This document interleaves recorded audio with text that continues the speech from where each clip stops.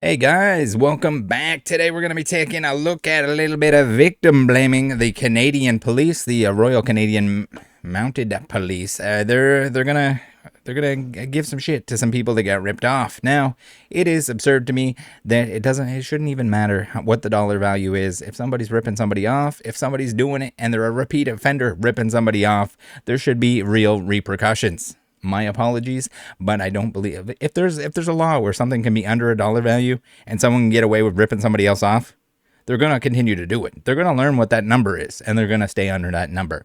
Now, I get it.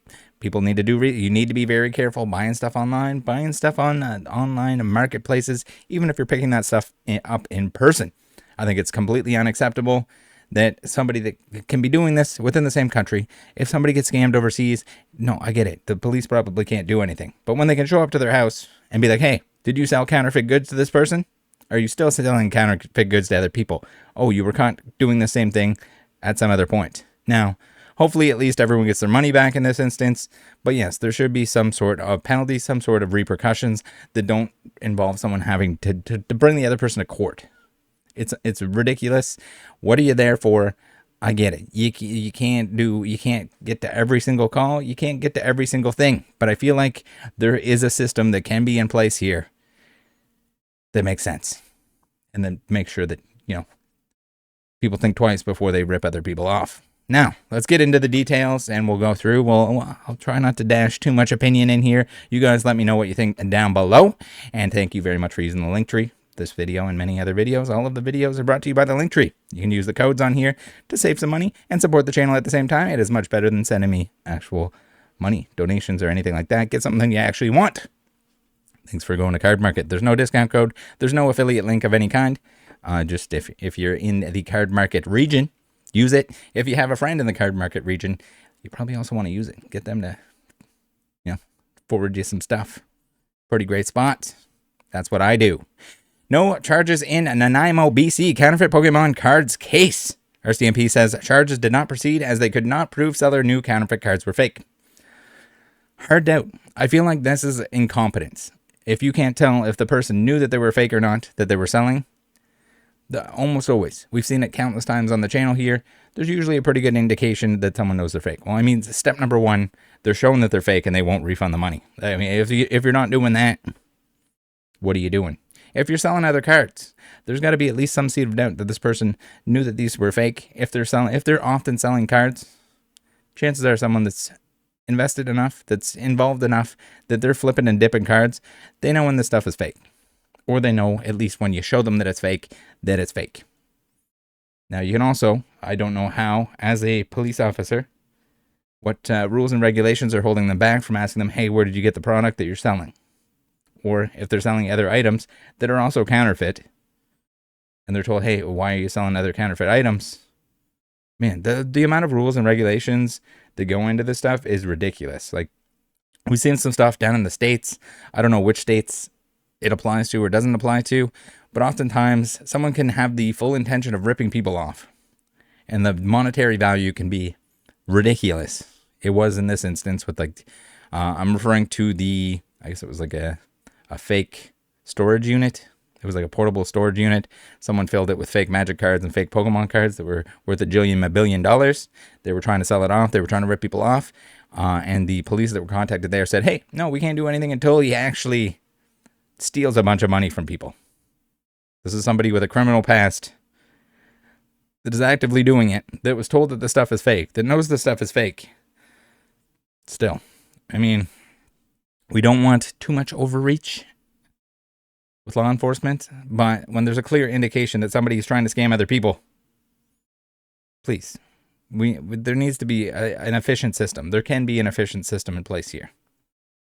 Now, one at Nanaimo, BC, man was allegedly swindled out of over $1,000 for 7 boxes of what ended up being counterfeit Pokemon cards last February, but police say they didn't proceed with charges against an online seller in the case. So, online seller is a little bit of a stretch here. It's an online marketplace, in-person seller. According to a search warrant obtained by CBC, the buyer, who lives in Nanaimo, paid the seller $600 in cash at his home, which is located in a supportive housing unit, and another $600 online. He believed the collection to be valued at over $9,000. So we have somebody that, again, this is definitely a too good to be true. It still doesn't give anyone permission to steal from people. If you think, oh, this person is greedy, so they deserve to get. No one deserves to get scammed. There's only one person that was doing something illegal here, and that is the seller of the counterfeit goods. I should mention that this article is by Claire Palmer of CBC News, and it seems like a pretty good article. I disagree entirely with the process that took place here, but I think it is at least well written. In this day and age, there's some bad copy pasta, absolutely terrible articles that put no effort of their own into it, and this seems like not one of those. The boxes of a collector, that's kind of like a high praise for the articles that we've read through on the channel here. The boxes of collector cards were listed on the online platform Kijiji. So anyone that's wondering what Kijiji is, that's our Canadian equivalent to like a Mercari or something like that. And again, you probably want to avoid that for the most part. You need to know that what you're looking at, if it's real, if it's not real, before you start spending a lot of money on things. Be careful. There's ample opportunity and very little moderation, and very little that even law enforcement is doing about somebody that's going to sell you fake shit. So you need to know. You need to know beforehand what you're looking at. And if you're picking it up in person, if you're paying for it in any way, make sure you do so in a safe manner. Some bad things can happen. Even in Canada, some people can be sketchy. We've seen some sketchy transactions where somebody will get you to show up for a transaction with a bunch of money and rob you or anything of the sort. Beat your ass. Be careful out there. And included a Pokemon Evolutions booster box and Magic the Gathering cards. They should have been looking at the old Rattle Pokemon Please Report eBay listings. We've seen a couple fake Evolutions booster boxes. The fake ones are pretty easy to spot, even from just the wrap alone. The Pokeballs are too small. It's not printed correctly. And then details on the box itself, printing quality and everything of the sort. It's usually a dead giveaway. I can spot one of those from across the room in a dark room with somebody naked standing in front of it. But there was a problem. As outlined in the warrant, upon receiving the product, the buyer inspected the items he had purchased and saw inconsistencies that led him to conclude he had been scammed. That's when he contacted police. So like this would be the most simple. They could have just called. They could have asked me, hey, take a look at their listings. Hey, take a look at what they're doing. I'll do it free of charge. RCMP, hit me up. I will tell you exactly what's fake or real. I'll save you those hours so that you can actually spend it on something that is helpful in this situation or any of the others. Police say the case didn't result in any charges because they could not definitively prove that the suspects knew the cards were counterfeit before selling. Even then, I'm sure local police could work alongside like card shops or anything like that who would be able to identify the counterfeits for them. Like super quick. You got pictures of these? You got a fake? I have never in my life seen a fake Evolutions booster box that even closely resembled the real thing. I mean, to somebody who doesn't know, who's a cop, who's just hanging out, just being a cop, probably doesn't know what a fake Evolutions booster box. If you're not into Pokemon, you're not going to know that. But they need to have a system set up that they can tell, because clearly it's an issue. We've had many thefts in terms of like game stores and stuff like that. They need to have at least somebody that can advise them and show them and point out the very easy details. If it's them looking up and trying to compare, oh, is this Evolutions box real? I don't know. You're going to waste a ton of time. You're going to waste a ton of taxpayer money for something that could be solved almost instantly. Whew. It's a little heated here. There's so many nickel and dime frauds. Okay, here we got the victim blaming is going on full force with these quotes. And again, I don't know what the other quotes were, but it sounds pretty bad. There are so many nickel and dime frauds. It's not in the best interest of the public for us to utilize our time. I got the scammer voice, but it's more that it's probably just a French police officer. To proceed with charges on that, said RCMP Constable Gary O'Brien. Okay, he's probably not French. Who speaks for the Nanaimo RCMP. You have to do your due diligence and do your homework before you send someone money that you've never met before. I don't know if the RCMP on the West Coast have to be able to speak French. They might, or maybe some of them. I don't know. On the East Coast, you do. It's required to some extent, or maybe it became required. I'm not sure what the exact rules are, but some of them probably have French accents. You have to do your due diligence and do your homework before you send someone money that you've never met before. Absolutely. And even if that transaction's in person, I mean, as soon as the transaction's in person, it's local police should be probably dealing with this because it was in person. It's called an online purchase. Some of the money was sent online. Some of the money was brought in person. From the sounds of things here, if there's in person people ripping off people, my apologies, but you can't be like, oh yeah, you're a victim, but it's your own fault. Get out of here. It's not enough money for us to worry about. What else are you doing? RCMP Constable Gary O'Brien says that anyone shopping online should do their due diligence. The information on the case is contained in information sworn by Nanaimo RCMP to obtain a search warrant for the suspect's residence. The CBC is not naming the suspect because he has not been charged. I would love to know who the suspect is here. If anyone has more information on this, please let me know. I would love to look into the particular seller and if they're still selling stuff online. Because again, this is, if they do nothing about it, if they never do anything about it, if it's $1,000, if it's $1,000 a bunch of times, it's still a lot of money. It's still something that needs to be cracked down on so that it doesn't keep happening. It's the same thing with like the theft. When it's theft under a certain dollar value, the criminals are going to know what that number is. And they're going to know what they can get away with. And they're going to know what they can shoplift without getting in serious trouble. And they're going to do it over and over again. Now, I'm not saying that you steal something one time, maybe you make a stupid mistake. Yeah, I get it. But if you're a repeat offender and you're constantly doing it, regardless of the dollar value, if you're constantly stealing from people, small businesses, people, transactions on Kijiji, whatever it might be, it should still be punishable. It should be treated, you just add the dollar value up each time you're caught. And there you have it. You get, maybe everybody gets a free pass at being a thief. And then after that, you're done, son. The case highlights the issue of online fraud. This is not really online fraud. I mean, it's partial online fraud. There's lots of online fraud. You want to head on over to the old Instagram. There's accounts everywhere. Fake accounts with fake followers. With the people they're gonna post a bunch of items that they don't even own. We've seen that recently in a video. We've seen that a few times in a video now. All the backgrounds on all of the photos that they're taking of stuff. The photos are all stolen, so the backgrounds are different. The hands in the photos are different. It's taken with a different camera. Particularly around the sale of collectible items on platforms like Kijiji and Facebook Marketplace. Yeah, so these are like online fraud.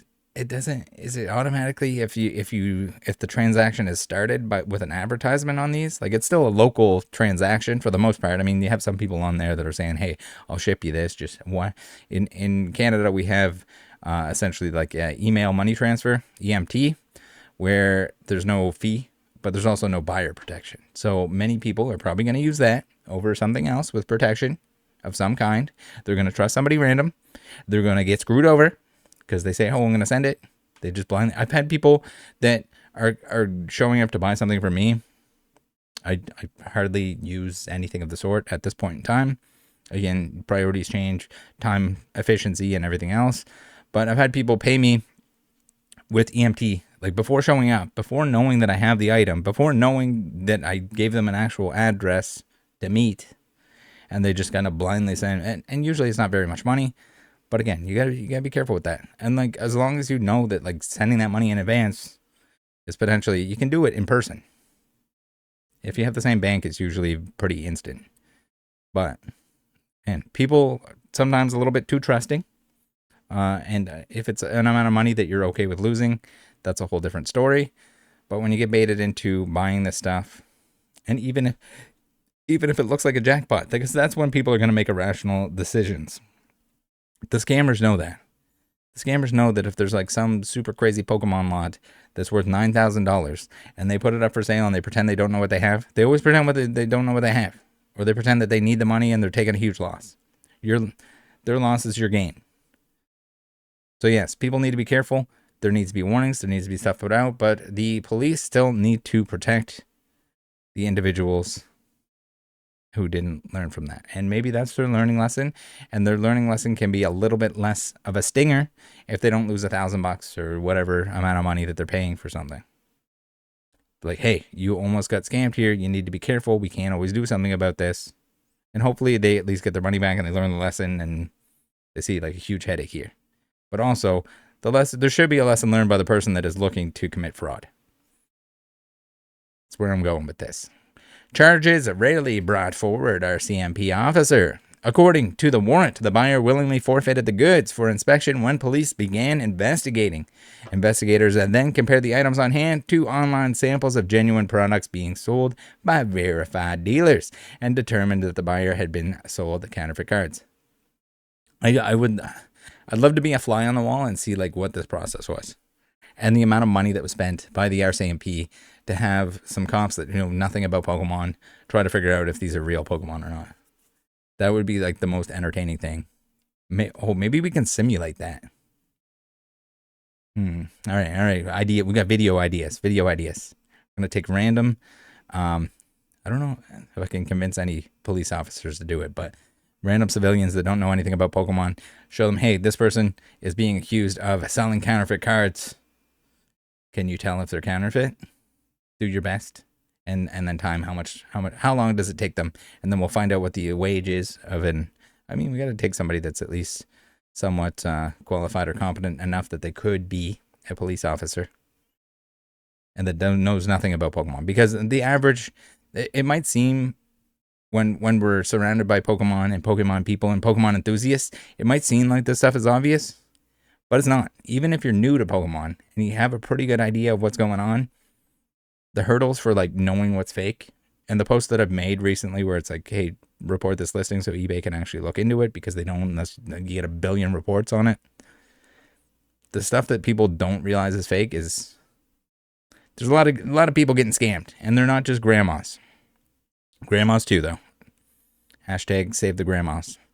Upon completing the transaction and taking possession of the goods, the buyer completed additional research to learn that the product, which he believed to be valued at more than $9,000 after the seller assured was genuine, were counterfeit and valueless. So that's the thing too. If they're going on and on, this is one of those things where also the game store is probably going to be able to point out how they're being deceitful, how they're claiming that something is real when it's not. Or again, just ask me. I will do it for every single one. I'll make a video at every single one, and I will free service, free RCMP assistant. I don't even know what you would call that. Detective of sorts. The warrant later details that the seller still had 13 active online listings on Kijiji at the time for cards and packs, priced from $54 to $1,400. So yeah, fake Evolutions box. They probably ordered a bunch of these things from China. They're probably all the same shit. They're probably all the same fake booster boxes and packs and everything else, and they're probably ripping other people off. So yes, my apologies, RCMP, but you're fucking over a bunch of other people at the same time. Maybe those people don't come to the police. Maybe those people don't do anything about it. They just get ripped off, and it's just a miserable experience and situation for everyone involved. Instead of shutting it down when you know where the source is, when you know there's other active listings, have somebody look at the other active listings.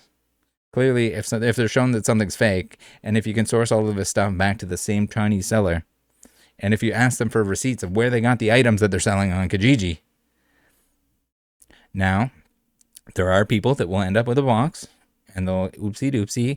I had a box that was, not me personally, but oopsie doopsie, they had a box that was fake. I did have a box that was fake, but I knew it was fake, and someone sent me the box that was fake so I could show side-by-side examples. We did it with a Vivid Voltage booster box. Both examples of the cards, the packs, the wrapping, the box itself. Super useful information. I forget what the video is titled, but maybe I'll add it onto the end credits, the end picky wiki video screen for this video in case anyone is watching and curious of what that looks like. The Nanaimo sale is similar to a 2022 case when I'm pretty sure we covered that, when a BC Small Claims Tribunal awarded full refunds to 2 collectors who claimed they had been swindled by a scammer offering valuable Pokemon cards for sale. Yeah, pretty sure that hold on, let's open this up. Do they use the same? They use the fucking lazy. They use the same photo of Pokemon cards for everything. Maybe that's just like a stock image that they can purchase. Assault and weapon charges. Oh my. So this is the kind of thing that, like, okay, maybe it doesn't happen every day. It probably happens pretty much every day. BC has a lot of people. BC probably has a lot of sketchy Pokemon sellers. But this is one of those things where it's not a viable option if they know they're going to be punished for it.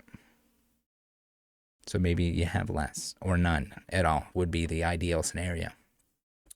Buyers in that case had paid hundreds of dollars for 6 Pokemon cards and had received a baseball card, a basketball card, and about 15 others that held no value to the buyers. O'Brien says that these cases rarely result in criminal charges being brought forward, and it's even more rare for victims to get their money back, or like even to monitor what the person is doing. Like, clearly, if you tell them the stuff is fake, if he sees the stuff that is fake, then if you see them doing it again, they place another order from China and get more fake booster boxes, and they're selling them again, whether it's under a different name or not.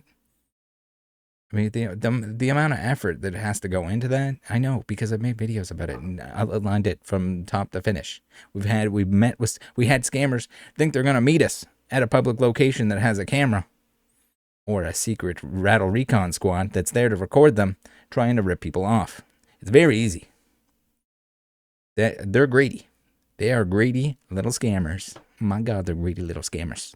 He says larger cases can attract the attention of police forces, commercial crime units, but those cases often deal in the amounts of money totaling thousands, if not millions of dollars. Who the fuck is, where's this millions of dollars? What is the Canadian police? What have you done over there in BC about Justin and the fake case?